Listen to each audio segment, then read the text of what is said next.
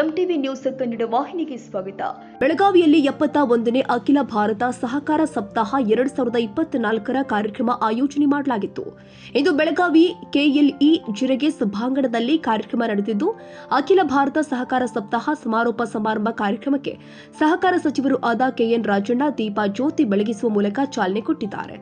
ಸಹಕಾರ ಸಪ್ತಾಹ ಕಾರ್ಯಕ್ರಮದಲ್ಲಿ ವಿಕಸಿತ ಭಾರತ ನಿರ್ಮಾಣದಲ್ಲಿ ಸಹಕಾರ ಸಂಘಗಳ ಪಾತ್ರ ಕುರಿತು ಕಾರ್ಯಕ್ರಮ ನಡೆದಿದೆ. ಈ ಕಾರ್ಯಕ್ರಮದಲ್ಲಿ ಸಚಿವರು ಆದ ಸತೀಶ್ ಜಾರಕಿಹೊಳಿ, ಲಕ್ಷ್ಮೀ ಹೆಬ್ಬಾಳ್ಕರ್, ಶಾಸಕ ಲಕ್ಷ್ಮಣ ಸವದಿ, ಅಶೋಕ ಪಟ್ಟಣ, ಆಸಿಫ್ ಸೇಠ್, ರಾಜ್ಯಸಭಾ ಸದಸ್ಯ ಈರಣ್ಣ ಕಡಾಡಿ, ಮಾಜಿ ರಾಜ್ಯಸಭಾ ಸದಸ್ಯ ಪ್ರಭಾಕರ್ ಕೋರೆ, ಮಹಂತೇಶ್ ಕವಟಗಿಮಠ ಭಾಗಿ ಸೇರಿದಂತೆ ಅನೇಕರು ಉಪಸ್ಥಿತರಿದ್ದರು. ತಾಜಾ ಸುದ್ದಿಗಾಗಿ ಎಂಟಿವಿ ನ್ಯೂಸ್ 24x7ಗೆ ಸಬ್ಸ್ಕ್ರೈಬ್ ಮಾಡಿ ಮತ್ತು ಬೆಲ್ ಐಕಾನ್ ಅನ್ನು ಒತ್ತಿ. ತಪ್ಪದೇ ಲಿಂಕ್ ಶೇರ್ ಮಾಡಿ.